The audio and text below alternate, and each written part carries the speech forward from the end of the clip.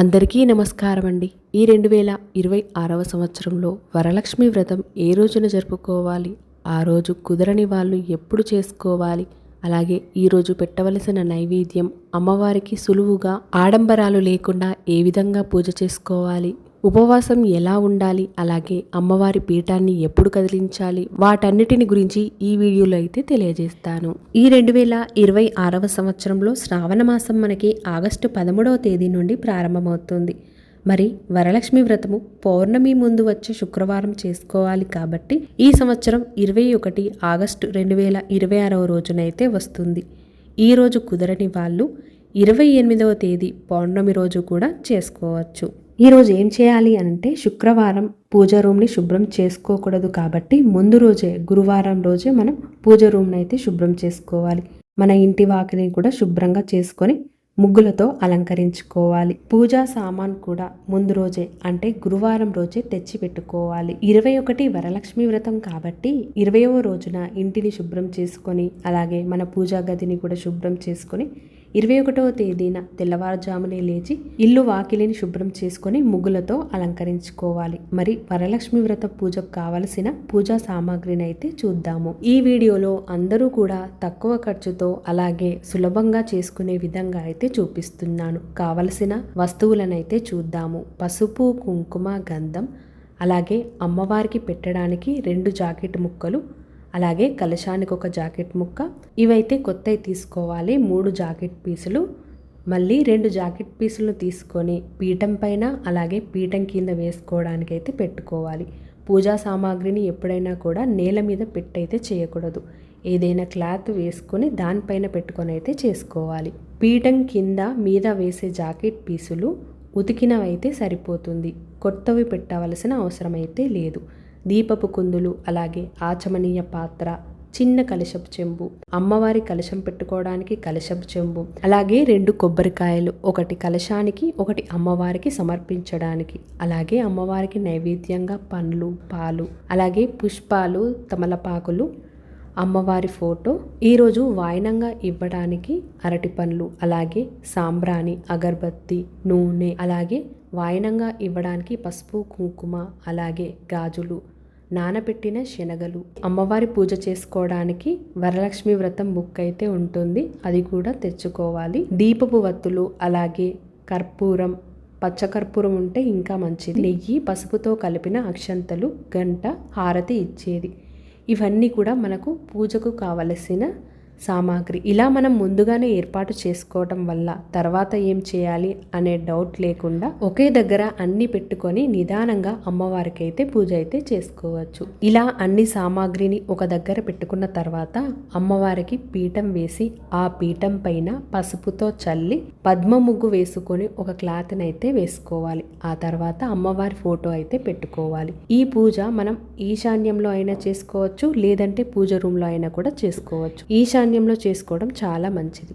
అలాగే దీపపు కుందులను కూడా పెట్టుకోవాలి. ఈ దీపాలలో ఆవు నెయ్యి కానీ, నువ్వుల నూనె కానీ, కొబ్బరి నూనె కానీ వేసి వత్తి వేయాలి. ఆ తర్వాత వరలక్ష్మి వ్రతంలో తప్పనిసరిగా చేయవలసింది తోరం తయారు చేసుకోవటం. ఇది తోరం కట్టుకోవటం ఒక ముఖ్యమైన ఆచారం. ఇది అమ్మవారి అనుగ్రహం, మంగళం, కుటుంబ శ్రేయస్సుకు ప్రతీకగా భక్తితో అయితే ధరిస్తారు. అలాగే ఈ తోరాన్ని పూజ పూర్తయిపోయిన తర్వాత కుడి చేతికైతే కట్టుకోవాలి. మరి ఈ తోరాన్ని ఎలా తయారు చేసుకోవాలి అన్నది చూసుకుంటే, ఒక గిన్నెలో కొంచెం పసుపును తీసుకొని అందులో రోజ్ వాటర్, అలాగే పచ్చకర్పూరం, జవ్వాది వేసుకుంటే చాలా సువాసన అయితే వస్తుంది. లేదు అంటే కొన్ని వాటర్ని కూడా అందులో వేసి ఒక తెల్లదారాన్ని తీసుకొని దాన్ని 9 వరుసలు పెట్టి ఈ పసుపుని అంతా కూడా ఎక్కడ గ్యాప్ అనేది లేకుండా మొత్తం రాసుకోవాలి. ఇలా 3 తోరాలైతే తయారు చేసుకోవాలి. ఒకటి మనం కట్టుకోవటానికి, ఇంకొకటి అమ్మవారికి పెట్టడానికి, ఇంకొకటి వచ్చిన పెద్ద ముత్తైదుకు వాయనంతో పాటు ఇవ్వడానికి. దీన్ని పువ్వులతో కానీ, మామిడాకుతో కానీ, తమలపాకుతో కానీ తయారు చేసుకోవచ్చు. కానీ 9 ముడులు ఉండేలాగా అయితే చూసుకోవాలి. నేను ఈ వీడియోలో మధ్యలో తమలపాకును పెట్టి ఒక ముడి వేసి అటుపక్క 4 ముళ్ళు ఇటుపక్క 4 ముళ్ళు అయితే వేశాను. ఆ తర్వాత ఈ తోరానికి కుంకుమ బొట్లు పెట్టుకొని అక్షంతలు కూడా వేసుకోవాలి. ఇలా మనకు నచ్చిన విధంగా తోరాన్ని అయితే తయారు చేసుకోవచ్చు. 9 ముడులకు 9 పూలు పెట్టి కూడా చేసుకోవచ్చు, లేదంటే 9 ఆకులు పెట్టి చేసుకోవచ్చు. 3 ముళ్ళు పువ్వులతో పెట్టుకొని మిగిలినవి నార్మల్ ముడిలాగా వేసుకున్నా కూడా సరిపోతుంది. మనకి ఎలా అంటే అలా తయారు చేసుకోవచ్చు.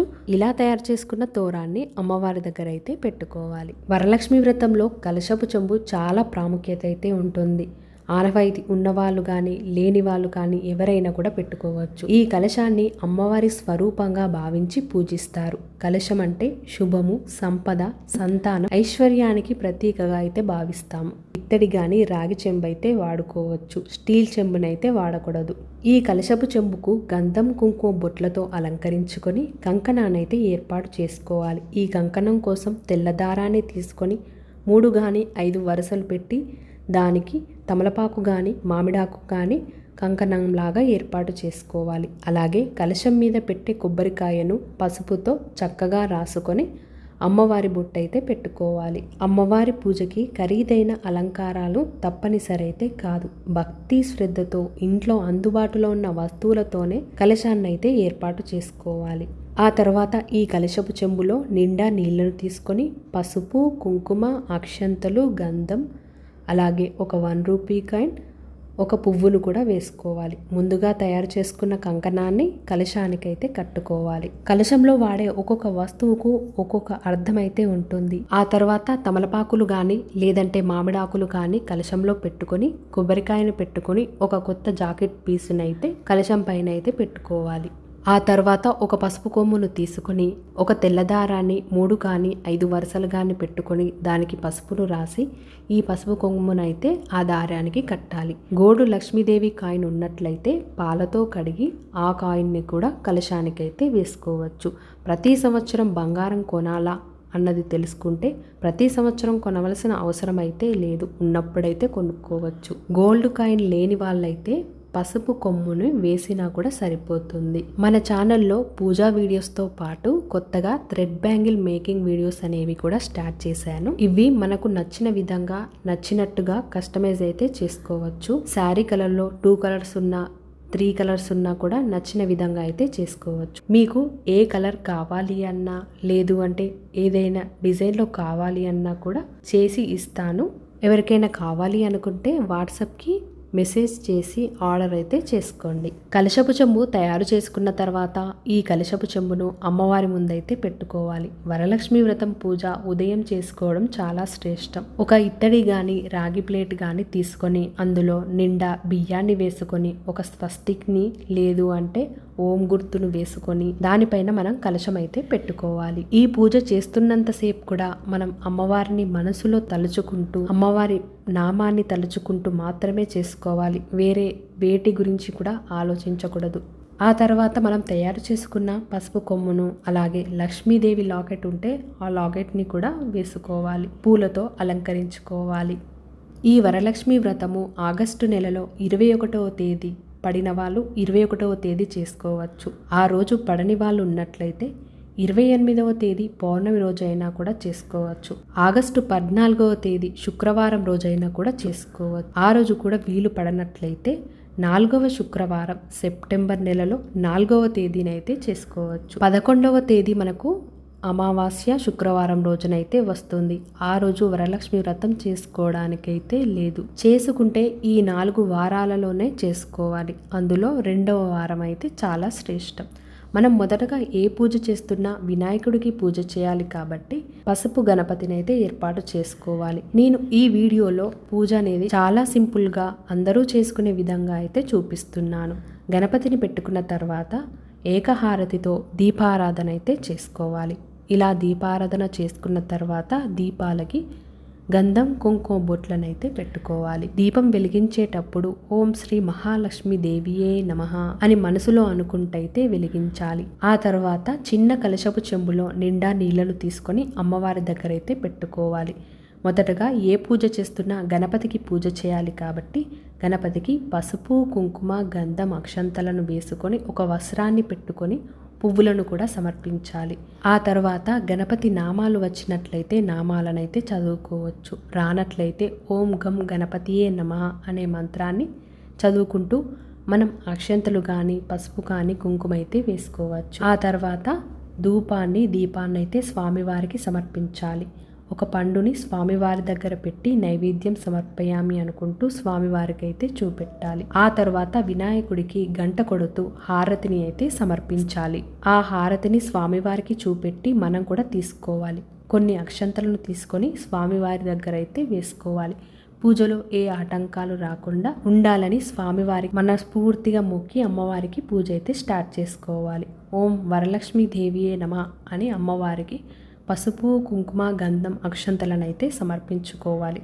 మనకి వరలక్ష్మి వ్రతం బుక్ అనేది దొరుకుతుంది కాబట్టి అందులో చూసుకుంటూ అయితే చేసుకోవచ్చు. అదంగా పూజ అయితే ఎవరైనా కూడా చేసుకోవచ్చు. చదవడం వచ్చిన వాళ్ళైతే చదువుకుంటూ కూడా చేసుకోవచ్చు. అది అయిపోయిన తర్వాత అష్టోత్తర శతనామావళి అయితే చదువుకోవచ్చు. ఈ అష్టోత్తరం చదివేటప్పుడు కుంకుమ కానీ గంధం కానీ పసుపు కానీ అక్షంతలు పుష్పాలు ఇలా సమర్పించుకుంటూ చదువుకుంటూ అయితే చేసుకోవచ్చు. అష్టోత్తరం పూర్తయిపోయిన తర్వాత తోరానికి పూజ చేసుకోవాలి. ఈ తోరాన్ని అమ్మవారి దగ్గర పెట్టుకొని ఒక్కొక్క ముడికి పసుపు కుంకుమ గంధం అక్షంతలను వేసుకుంటూ మంత్రం చదువుకుంటూ అయితే వేసుకోవచ్చు. మంత్రం చదవడం రాని వాళ్ళైతే ముడుల వద్ద పసుపు కుంకుమ గంధం అక్షంతలను అయితే సమర్పించవచ్చు.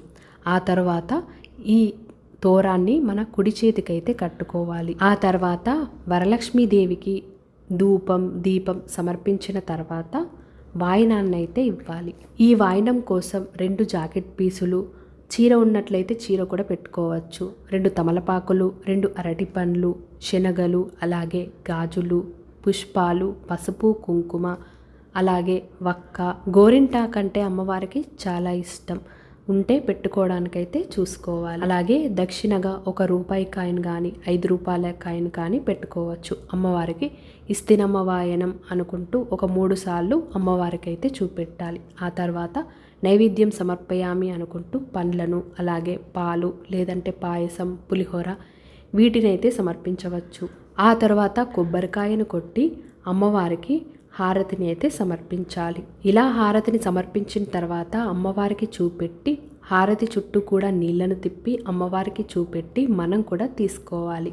తిరిగి కొన్ని అక్షంతలను తీసుకొని వరలక్ష్మి వ్రత కథ తప్పనిసరిగా అయితే చదువుకోవాలి. చదవడం రాని వాళ్ళు ఉంటే కొన్ని అక్షంతలను చేతిలోకి తీసుకొని మనకు యూట్యూబ్లో ఆడియోస్ అనేవి చాలా ఉంటాయి, వాటితోనైనా విని అమ్మవారి దగ్గర అక్షంతలను అయితే వేసుకోవాలి. వరలక్ష్మి వ్రత పూజలో కథ వినడం లేదు అంటే చదవడం తప్పనిసరి. ఇలా పూజ పూర్తయిపోయిన తర్వాత భర్త కాళ్ళను కడిగి కొన్ని అక్షంతలు పువ్వులను కాళ్ళపైన వేసి వారి ఆశీర్వాదం అయితే తీసుకోవాలి.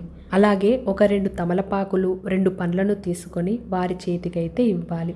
ఇది పూర్తయిపోయిన తర్వాత మన ఇంటికి ముత్తైదువులనైతే పిలువరు కానీ 5 కానీ 9 మంది కానీ మన ఇష్టం ఎంతమందినైనా కూడా పిలవవచ్చు. వారికి కూడా వాయినాన్ని ఇచ్చి మనం ఉపవాసం అయితే విడవాలి. సాయంత్రం సమయంలో ఉపవాసం విడిస్తే మంచిది. ఇలా ఉదయం పూజ పూర్తయిపోయిన తర్వాత సాయంత్రం కూడా దీపారాధన చేసుకొని నైవేద్యాన్ని సమర్పించి హారతిని కూడా సమర్పించి ఆ రోజు మొత్తం కూడా కదిలించకుండా శనివారం అయితే కదిలించుకోవచ్చు. అలాగే పూజలో వాడిన పువ్వులను కానీ ఆకులను కానీ పారే నీటిలో కానీ ఎవరు తొక్కని ప్రదేశంలో అయితే వేసుకోవాలి. ఇంతటితో వరలక్ష్మి వ్రత పూజ పూర్తయిపోయినట్టే. చాలా సులభంగా ఈ వీడియోలో అయితే చూపించాను. మరి ఈ వీడియోలో ఏమైనా డౌట్స్ ఉంటే నాకు కామెంట్లో తెలియజేయండి, నేను తప్పకుండా రిప్లై అయితే ఇస్తాను. ఈ వీడియో మీకు నచ్చినట్లయితే తప్పకుండా మీ యొక్క లైక్తో నాకు సపోర్ట్ని తెలియజేసి మరిన్ని మంచి వీడియోస్ కోసం మన ఛానల్ని వెంటనే సబ్స్క్రైబ్ చేసుకొని పక్కనే ఉన్న బెల్ ఐకాన్ని కూడా క్లిక్ చేయండి. ధన్యవాదములు. మరో మంచి వీడియోతో అయితే కలుద్దాం.